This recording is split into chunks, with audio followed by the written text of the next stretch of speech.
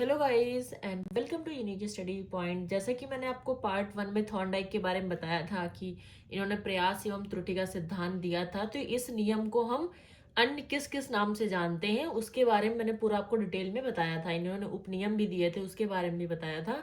ठीक है, तो ये आपका पार्ट 2 है। इसके बारे में हम जानेंगे कि इन्होंने और क्या क्या चीजें बताएंगे। ये आपका पार्ट 2 है।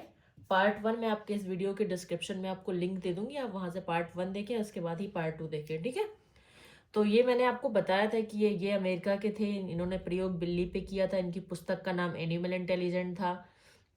इनको शिक्षा मनोविज्ञान का जनक कहा जाता है। इनको व्यवहारवादी का जनक भी कहा जाता है। यानी कि व्यवहारवादी में कौन आते हैं? थॉर्नडाइक। अभी और भी मनोवैज्ञानिक आते हैं, मैं आपको एक एक करके डेली बताऊंगी। ठीक है, तो व्यवहारवादी में थॉर्नडाइक आते हैं, पावलाव आते हैं, स्किनर आते हैं, हल आते हैं। ऐसे अनेक कई मनोवैज्ञानिक है जो व्यवहारवादी में आते हैं। ठीक है, इन्होंने सीखने यानी कि अधिगम के यानी कि लर्निंग के दो नियम दिए हैं। सीखना, अधिगम करना, लर्निंग करना, इन्होंने दो नियम दिए हैं। कौन कौन से? प्राथमिक नियम यानी किसी को हम मुख्य नियम के नाम से भी जानते हैं, और द्वितीयक नियम यानी कि गौड़ नियम।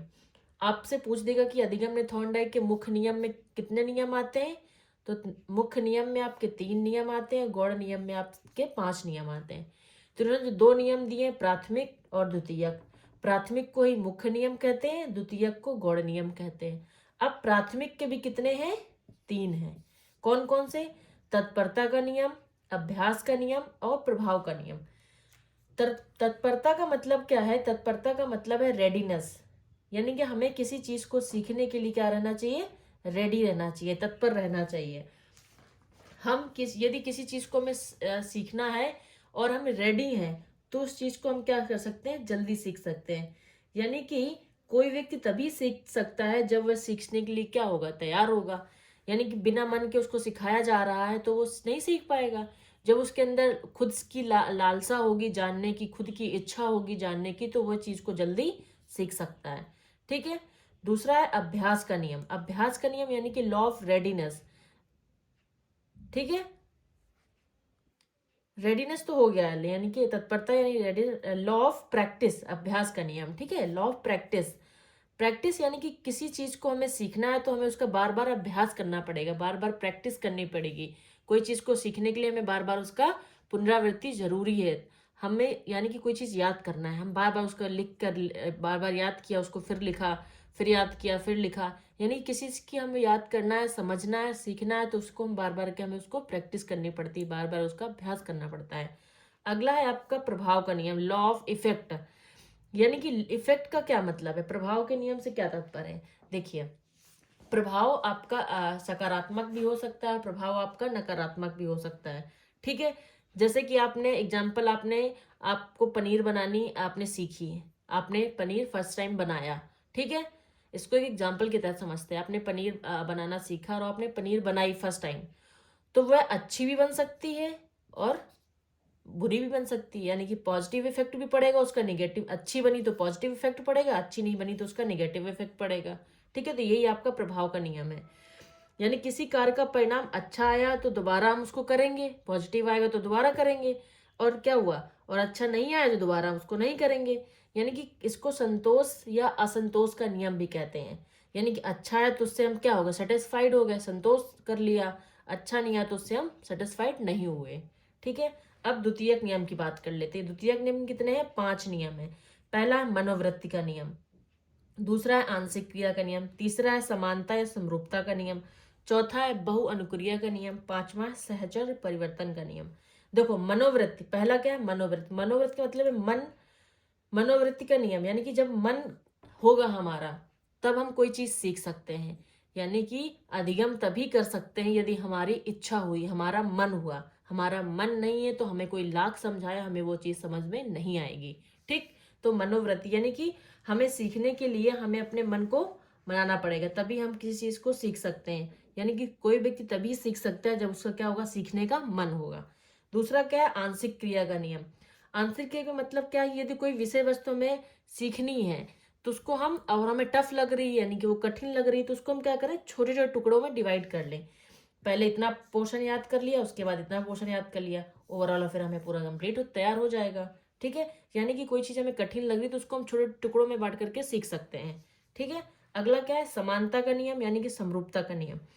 इसको हम एक एग्जाम्पल के तहत समझेंगे। बाई चांस आप जैसे टीवी चलाते हैं और आपका रिमोट काम करना बंद कर देता है, तो आप ऑब्वियसली मोस्टली सभी लोग उसको एक बार ऐसे ठोकते हैं और फिर चलाते हैं तो रिमोट चलने लगता है। ठीक है, इन केस कभी दूसरी बार ऐसी समस्या आती तो हम उसको फिर से रिमोट को हम क्या करते हैं, एक बार ऐसे हाथ में पीटते हैं और फिर दबाते हैं। तो यानी कि जो पहले हमारे साथ जो समस्या घटित हुई थी, तो हमने रिमोट को ऐसे ठोका ठाकी करी, ऐसे पीछे से निकाला, सेल को थोड़ा सही किया, फिर चलाया तो वो चल गया। तो दूसरी बार यदि हमारे पास वैसी ही समस्या आती तो हम उसको बाद जैसे हमने सोल्यूशन पहली बार किया था वैसे ही दोबारा करने की कोशिश करेंगे। यही है समानता या समरूपता का नियम। यानी कि हमारे सामने कोई समस्या आती है तो हम वही प्रक्रिया अपनाते हैं जो दोबारा जैसे हमने पहली बार अपनाई थी, चाहे वो उसका हल हो या फिर ना हो। ठीक है, अगला है बहु अनुक्रिया का नियम। बहु अनुक्रिया का नियम का मतलब क्या है कि हमें कोई चीज सीखने के लिए हमें बहुत सारे मार्ग होते हैं, लेकिन बहुत सारे मार्ग होते हैं, लेकिन हम उसी मार्ग को अपनाते हैं जो हमारे लिए अच्छा होता है, जिससे हम आसानी से सीख सकते हैं या हमारे लिए सुगम होता है। जैसे कि इसको एग्जाम्पल के तहत समझते हैं, जैसे हमें यहाँ से उत्तराखंड देहरादून जाना है। ठीक है, हम बाई बस भी जा सकते हैं, बाई ट्रेन भी जा सकते हैं, बाई फ्लाइट भी जा सकते हैं। ठीक है, लेकिन हमें अपने अपने आप को देखना है कि हम किससे सुगम तरीके से वहां पहुंच सकते हैं, मतलब हमारा खर्चा भी कम हो, हमारा समय भी कम वेस्ट हो। हम सारे पर्सपेक्टिव देखते हुए हम उस साधन का चयन करेंगे जो हमारे लिए क्या हो, आसानी पैदा करे। तो यानी कि हमें एक काम करने के लिए हमें बहुत सारे हमारे पास ऑप्शन होते हैं। हम इस रास्ते से भी जा सकते हैं, इस रास्ते से भी जा सकते हैं, इस ट्रांसपोर्ट का यूज कर सकते हैं, इसका भी कर सकते हैं। ठीक है, तो यही बहु अनुक्रिया का नियम है। अगला है सहचर परिवर्तन का नियम। इसमें क्या होते हैं कि इसमें ट्रेनिंग से रिलेटेड होता है। जैसे हम आर्मी वालों को ट्रेनिंग देते हैं, पुलिस वालों को ट्रेनिंग देते हैं, तो वो सारी चीजें इसमें आती हैं। जैसे कि किसी व्यक्ति को किसी चीज का प्रशिक्षण दिया जाता है तो वह वैसा ही करता है जैसे उसको ट्रेनिंग टाइम सिखाया गया था। ठीक है, जैसे अभी की 26 जनवरी में परेड वगैरह होती है तो इनका रिहर्सल बहुत पहले से स्टार्ट हो जाता है, तो वो उस दिन ऑन डे वैसे ही करते हैं जैसे कि उनको पहली ट्रेनिंग दी गई है। ठीक है, तो ये आपका पूरा थॉर्नडाइक है, पूरा चार्ट है। इसका पार्ट 1 मैंने आपको बताया था, ये पार्ट 2 है। आई होप आपको समझ में आ गया। वीडियो को आप चाहें तो इसका स्क्रीनशॉट भी ले सकते हैं।